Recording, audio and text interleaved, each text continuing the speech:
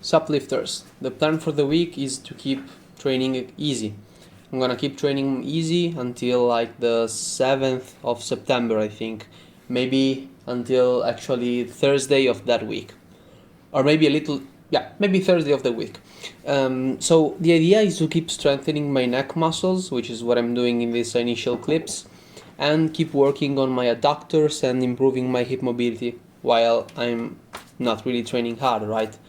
Since I can't really progress with my muscles, I might as well try to focus on my mobility. So regarding the neck training, I felt okay. It was, I mean, it's kind of boring. In fact, I'm just listening to Donda, which is a pretty cool album, by the way.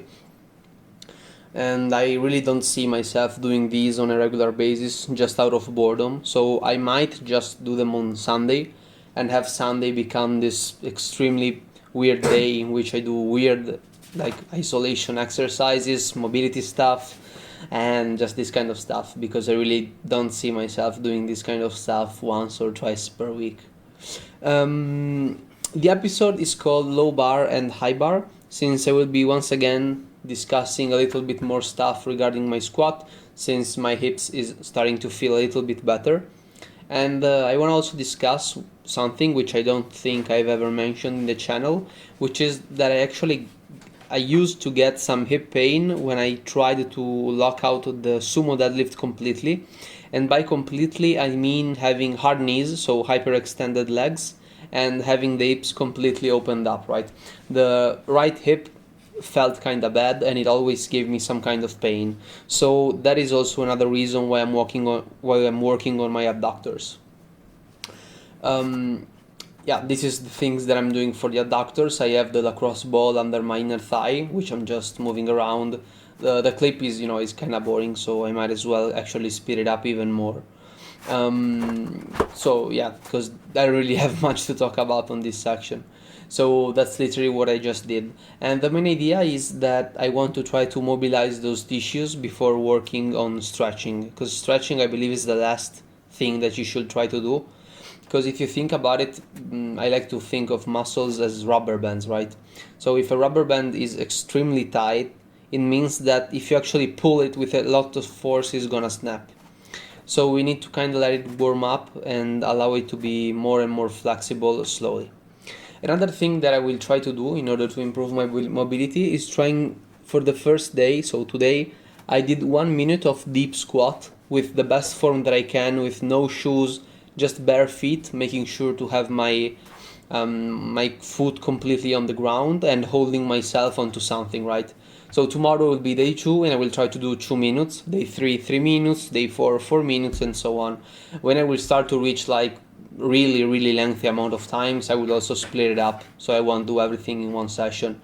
And you will see that even 1 minute actually is really hard. So today I couldn't just do 1 minute straight, I had to kind of split it up in 3. So that's what I think I will be doing.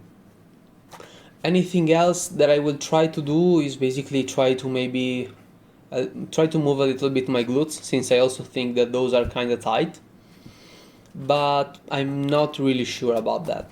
However, you can see that I'm trying to split, and I believe that there are a couple of more degrees more than yesterday, but I'm not sure. As you can see, this is what I mean with complete deadlift lockout. You saw that I had completely hyperextended legs, and they didn't feel too bad. However, with weight, it's always a different feeling, right?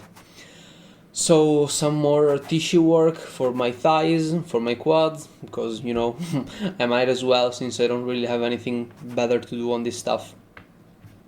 So regarding my headaches, today I still had some very faint and slight hints of pain sometimes. However, after doing my neck work, I tried to do 10 pull-ups in a row, and I had no pain. So I think that I'm slowly getting out of these headaches, which I think right now the pain that I'm feeling is still the one from 2 days ago, which is kind of crazy to think about it. But I think I'm heading in the right direction, and I'm trying to also drink even more water, of course. And yeah, I'll let you know if I will ever get another one. So high bar and low bar squats. This is a high bar squat. You can see it because the bar is sitting on my traps, and not over my rear delt. That is the difference between high bar and low bar. Another minor difference is that in the high bar you usually are supposed to have a slightly more vertical torso, and in the low bar you are more inclined forward, which is something that I failed to do and demonstrate, because you will see that at the end of the video there are 3 images of me in the deepest position of low bar, high bar and front squats, and you will see the different torso positions. However, I feel like that my low bar position really looks like the same as my high bar. Basically high bar and low bar look the same. Anyway, in this clip you can really see how it sits on my traps, right? Look at that, it stands atop of them, not on the shoulders, and that is also the reason why the bar tends to shift toward the left. I found out the reason, which I did yesterday, but I didn't really talk about it because the video was already kind of long. And the reason is that while the mobility of my shoulders is good, the left one has less external rotation than my right one. So that is why when everything starts to kind of pulling, the left hand tends to move forward and move the bar forward. Yeah, look at this. You can clearly see how it stands over my traps. You can see everything is compacted. You have this big shelf over which the bar is sitting. On low bar, however, you can see that it is under the traps and it's resting on my shoulders. The cool thing about low bar, which I didn't really think about it before, is that the bar has a bigger surface over which it can stand, because it's not just the traps. It's both the delts and everything in between, right? So we can call that the mid-traps area. And another good thing is that it's better for people with poor dorsiflexion of the ankles, like me. And, oh man, wow. These are front squats, they're not low bar. Yeah, these front squats, however, really showed how I tend to go down towards my right when I descend. Yeah, even in these squats you can clearly see how I tend to go down diagonally. And that is something else that I will have to fix. But I kinda do know how, but I'm not too sure. I still think that I need to work on my hips for that. Since low bar is actually better for people with poor dorsiflexion, I really think that I'm gonna try to stick with that.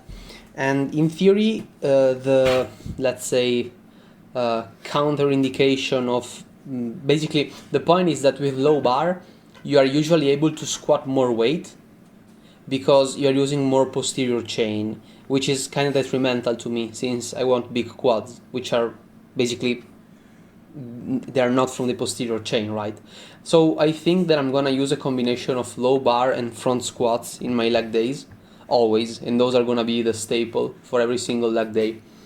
Regarding my hip shift, I don't really know what to do, because low bar actually helps a little bit with my poor mobility of my left shoulder, which I also think that it can be fixed using a asymmetrical grip, right?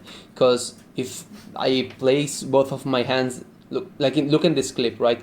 You can see how my right one is closer than the left one, and I believe that the bar ends up staying quite straight.